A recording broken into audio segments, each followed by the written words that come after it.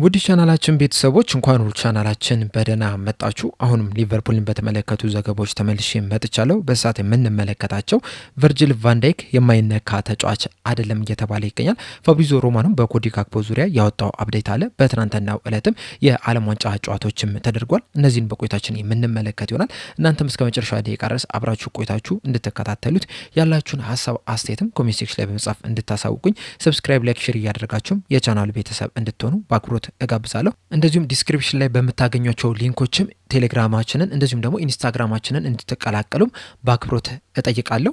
አሁን በቀጥታ ወደ ዘገቦቹ የምናመራ ይሆናል። አብራችሁን ቆዩ። በመጀመሪያም የዓለም ዋንጫ ጨዋታዎችን ነው የምንመለከተው። በትናንትናው ዕለት 3 የሚደርሱ የዓለም ዋንጫ ጨዋታዎች ተደርገው ነበረ። በእነዚህም ጨዋታዎች የግብጽ ብሔራዊ ቡድን ከአውስትራሊያ ጋር አንዳቻ በሆነ ውጤት አጠናቀው በመለያ ምት ወደ ቀጣይ ዙር ሊያልፉ ይችላል። ስለዚህ መሐመድ ሳላህ በ16ቱ የጥሎ ማለፍ ጨዋታ የሚሳተፍ ይሆናል። እንደዚሁም ሌሊት ላይ በተደረገው የኬፕ ቨርዴና የአርጀንቲና ጨዋታ አርጀንቲና 3-2 በሆነ ውጤት በማሸነፍ ወደ ቀጣይ ዙር ማለፍ እችላለች። በጨዋታው ላይም የሊቨርፑል ተጫዋች የሆነው አሌክሲስ ማካሊስተር አንድ ኳስ አሲስት ማድረግ ችሏል። በአጠቃላይም 8.2 ሬቲንግም የተሰጠው ተጫዋችም ሆኗል። በዚህ ጨዋታ ላይ እንግዲህ አርጀንቲኖች በጣም ተቸግረው ነው የነበረው። ነገር ግን በስተመጨረሻ ባስቆጠሯቸው ግቦች አማካኝነት ወደ ቀጣይ ዙር ሊያልፉ ችሏል። በአጠቃላይ 3 የሚደርሱ የሊቨርፑል ተጫዋቾች በ16ቱ የጥሎ ማለፍ ጨዋታ ላይ የምንመለከታቸው ይሆናል። እነዚህም ደግሞ አሊሰን ቤከር፣ አሌክሲስ ማካሊስተር እንደዚሁም ደግሞ አዲሱ ፈራሚ ቪክተር ሙኒየዝን የምንመለከት ይሆናል። ከነሱ በተጨማሪም ግን የቀድሞ የሊቨርፑል ተጫዋቾች የሆኑት ሉዊስ ዲያዝ እንደዚሁም ደግሞ መሐመድ ሳላህም በ16ቱ የጥሎ ማለፍ ጨዋታ ላይ የምንመለከታቸው ይሆናል። በ16ቱ የጥሎ ማለፍ ጨዋታም ብራዚል ከኖርዌይ፣ ስፔን ከፖርቹጋል፣ አርጀንቲና ከግብጽ እንደዚሁም ደግሞ ኮሎምቢያ ከስዊዘርላንድ ጋር የሚገናኙ ይሆናል። ከነዚህ ጨዋታዎች ውስጥ የትኛውን ጨዋታ በጣም አጓጊ ይመስላችኋል? እንደዚህ ውስጥ እነዚህ የሊቨርፑል ተጫዋቾች ወደ ቀጣይ ዙር የሚያልፉ ይመስላችኋል? ሀሳብ አስተያየታችሁ እንዳለ ኮሜንት ሴክሽን ላይ በመጻፍ አሳውቁ። በመቀጠልም ሂጎ ኤኪቲኬ ነው የምንመለከተው። በትናንትናው ዕለት በኢንስታግራም ገጹ ላይ በለቀቀው ቪዲዮ መሰረት አንዳንድ እንቅስቃሴዎችን ጀምሯል። እንደሚታወቀው በጣም አስከፊ የሚባል ጉዳት ነበረ ከፒኤስጂ ጋር ሲጫወቱ ያጋጠመው እና በዚህ ጉዳት መሰረትም ምናልባትም ከ9 እስከ 12 ወራት ድረስ ከሜዳ ይርቃል ሲባል ነበረ። አሁን ላይ እየወጡ ባሉ መረጃዎች መሰረት ከሆነ ደግሞ ምናልባትም በጃንዋሪ ላይ ሊመለስ የሚችልበት እድል እንዳለ ነው እየተነገረ የሚገኘው። በቪዲዮ ላይ እንደለቀቀው ከሆነ ደግሞ አንዳንድ እንቅስቃሴዎችን መጀመር ችሏል። በእርግጥ እነዚህ እንቅስቃሴዎች ጠንካራ የሚባሉ አይደሉም። ነገር ግን ደግሞ እግሩ እንዲጠነክር ወደ ቀጣይ የልምምድ ምዕራፍ እንዲሻገር የሚረዱ በጣም ወሳኝ የሚባሉ ልምምዶች ናቸው። ከነዚህ መካከል ደግሞ አንደኛው በመዋኛ ገንዳ ውስጥ ውሃ ላይ መራመድን ነው። ያ ደግሞ እግሩ እንዲጠነክር ያደርጓል። ከዛ በተጨማሪም ሌሎችም አንዳንድ እንቅስቃሴዎችን ሲያደርግ ተመልክተናል። እንደዚሁም ያለ ክራንችም ለመራመድም ሲሞክርም የተመለከትንበትም ሁኔታ አለ። በትንሹም ቢሆንም ኳሳንም ሲመታትም ተመልክተናልና ጥሩ የሚባል የማገገም ሂደት ላይ ነው የሚገኘው። በዚሁ የሚቀጥል ከሆነ ምናልባትም ከተጠበቀውም ቀድሞ ወደ ልምምድ ሊመለስ የሚችልበት እድል አለ። እንደዚሁም አሁን ላይ እያሳየው ያለው የማገገም ሂደትም በሊቨርፑል የዝውውር እንቅስቃሴ ላይም ተጽዕኖ ሊፈጥር እንደሚችል ነው እየተነገረ የሚገኘው። ምክንያቱም ከታሰበው በላይ በጉዳት ምክንያት ከሜዳ የሚርቅ ከሆነ ለሱ ምትክ አንድ ተጫዋችን ሊያመጡ የሚችሉበት እድል እንዳለ ሲነገር ነበረ። ነገር ግን በፍጥነት የሚመለስ ከሆነ ምናልባትም ከጃንዋሪ በፊት የሚመለስ ከሆነ ግን ይህንን ሀሳባቸውን ሊቀይሩ እንደሚችሉ ነው እየተነገረ የሚገኘው። እናም ይህ ዜና እንግዲህ ለሊቨርፑል በጣም ጥሩ ዜና ነው፣ ለተጫዋቹም በጣም ጥሩ ዜና ነው። ምክንያቱም ጉዳቱ በጣም አስከፊ የሚባል ነው።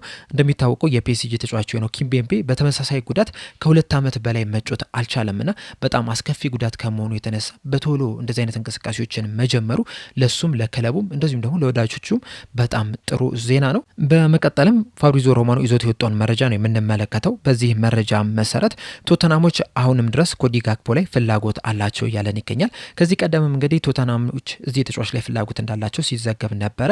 አሁን ላይ እንግዲህ የተለያዩ ተጫዋቾችን ወደ ክለባቸው ቀላቅሏል እና ምናልባትም እነዚህን ተጫዋቾች በውድ ዋጋ ማስፈረማቸው ተከትሎ ይህንን ተጫዋች ላያስፈርሙ የሚችሉበት እድል አለ ሲባል ነበረ። እንደዚሁም ሊቨርፑሎችም ይህንን ተጫዋች ላይሸጡ የሚችሉበት እድል እንዳለም ሲዘገብ ነበረ።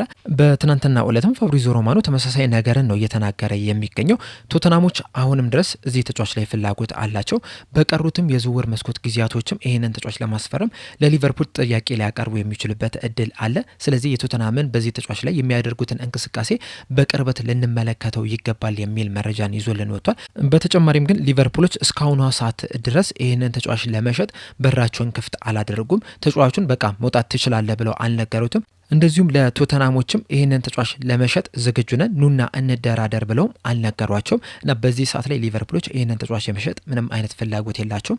ነገር ግን ደግሞ በቀሩት ጊዜያቶች ምንም ነገር ሊፈጠር ይችላል። ቶተናሞችም ጥያቄ ሊያቀርቡ ይችላሉ። ሊቨርፑሎችም ለዚህ ተጫዋች ተገቢ የሚባል ሂሳብ የሚቀርብላቸው ከሆነ እነሱ ያሰቡት ነገር የሚቀርብላቸው ከሆነ ተጫዋቹን ሊሸጡ የሚችሉበት እድል አለ። እናም በዚህ ሰዓት ላይ ምንም አይነት እንቅስቃሴ ባይኖርም ሊቨርፑሎችም ተጫዋቹን ለመሸጥ ፈቃደኛ ባይሆንም በቀጣይ ጊዜያቶች ግን ምንም ነገር ሊፈጠር ይችላል። ስለዚህ በዚህ ተጫዋች ላይ የቶተናምን እንቅስቃሴ በቅርበት ልንመለከተው ይገባል የሚል መረጃን ይዞልን ወጥቷል።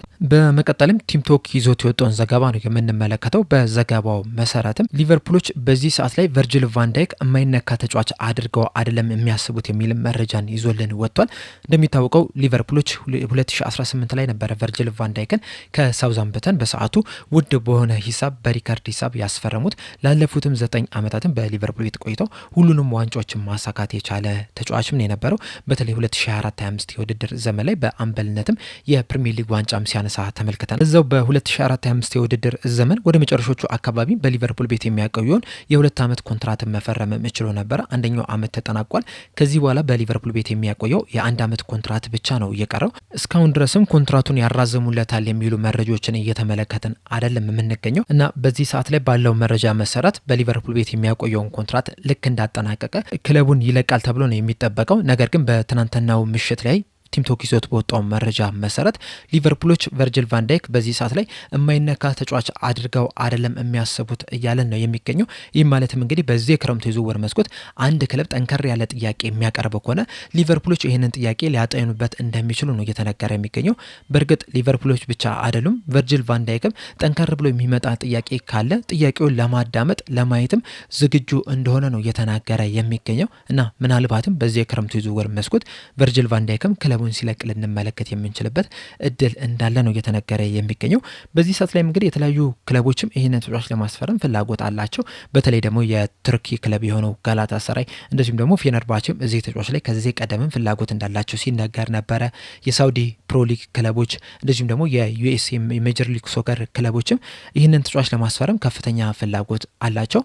ከዛ በተጨማሪም ግን ቲምቶክ ይዞት በወጣው መረጃ መሰረት አዲሱ የኤሲ ሚላን አሰልጣኝ እንደዚሁም የቀድሞ የማንቸስተር ዩናይትድ አሰልጣኝ የነበረው ሩበን አሞሪም ቨርጂል ቫንዳይክን ማስፈረም እንደሚፈልግ ነው እየተነገረ የሚገኘው።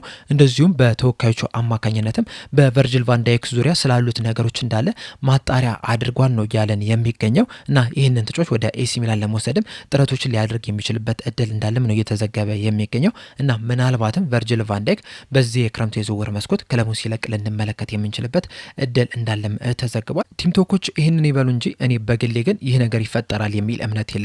ምክንያቱም በመጀመሪያ ደረጃ ቨርጂል ቫንዳይክም ሊቨርፑልን ለመልቀቅ እንደዚሁም ሊቨርፑሎችም ቨርጂል ቫንዳይክን ለመልቀቅ ፈቃደኛ ይሆናሉ የሚል እምነት የለኝም። በተለይ ደግሞ ተጫዋቹም ያለውን 1 ዓመት ቀሪ ኮንትራትን በሊቨርፑል ቤት ለመጨረስ ፍላጎት ያለው ይመስለኛል። ምክንያቱም ሊቨርፑልን በጣም ነው የሚወደው። ከዚህ ቀደምም የሰጣቸውን አስተያየት ስንመለከተም ምን ያህል ክለቡን እንደሚወድ በእርግጠኝነት መናገር እንችላለን። ሊቨርፑሎችም በዚህ ሰዓት ላይ ብዙ ክፍተቶች አሉባቸው፣ ብዙ መጠናከር ያሉባቸው ቦታዎች አሉ። መሐመድ ሳላ እንኳን ራሱ እስካሁን ድረስ አልተተካምና እነዚህ ማስፈረም ያሉባቸው ብዙ ተጫዋቾች እያሉ ቨርጂል ቫንዳይክንን በመልቀቅ ሌላ ራስ ምታት ውስጥ መግባት ይፈልጋሉ የሚል እምነት የለኝም። እንደዚሁም ደግሞ በቡድን ውስጥም ለሱ ተተኪ የሚሆን ተጫዋች እስካሁን ድረስ አልተዘጋጀም። የዝውውር መስኮቱን ስንመለከትም አሁን ላይ አቬለብል የሆኑ ለሱ ተተኪ መሆን የሚችሉ ተጫዋቾች የሉም። በእርግጥ ከዚህ ቀደም ስንል እንደነበረው የኢንተር ሚላን ተጫዋች የሆነው ባስቶኒ እንደዚሁም ደግሞ ሾልተር ባክ ለሱ ተተኪ ይሆናል ተብሎ ነው የሚጠበቀው። ነገር ግን በዚህ ሰዓት ላይ ክለቦቻቸው ተጫዋቾችን ለመሸጥ ፈቃደኛ ይሆናሉ ተብሎ አይጠበቅም። ቢሆኑ እንኳን ራሱ በጣም ከፍተኛ ገንዘብ ማስወጣታቸው አይቀርም። እንደዚሁም ሾልተር ባክም በዚህ ሰዓት ላይ ጉዳት ላይ ነው የሚገኘው። በተጨማሪም በማድሪድም የሚፈልግ ተጫዋች ነው። ባስቶኒ ደግሞ በባርሴሎና የሚፈልግ ተጫዋች ነውና ከነዚህ ክለቦች ጋር የግድ መፎካከር ያስፈልጋል። እናም ሊቨርፑሎች በእነዚህ ምክንያቶች ቨርጂል ቫንዳይክን ይለቁታል የሚል እምነት የለኝም። እናንተስ ቲምቶክ ይዞት የወጣውን ዘገባ እንዴት ትመለከቱታላችሁ? እውነት ሊቨርፑሎች በዚህ የክረምት የዝውውር መስኮት ቨርጂል ቫንዳይክን ለመሸጥ ፈቃደኛ የሚሆኑ ይመስላችኋል? ሀሳብ አስተያየታችሁ እንዳለ ኮሜንት ሴክሽን ላይ በመጻፍ አሳውቁኝ። ለአሁን ግን እኔ እዚህ ላይ አበቃው። እስከ መጨረሻ ደቂቃ ድረስ ስለተከታተላችሁኝ ከልብ አመሰግናለሁ። በቀጣይ በሌላ እስከምንገናኝ ድረስ ግን ሰብስክራይብ፣ ላይክ፣ ሼር ማድረግ እንዳትረሱ። ቸር ያቆየን።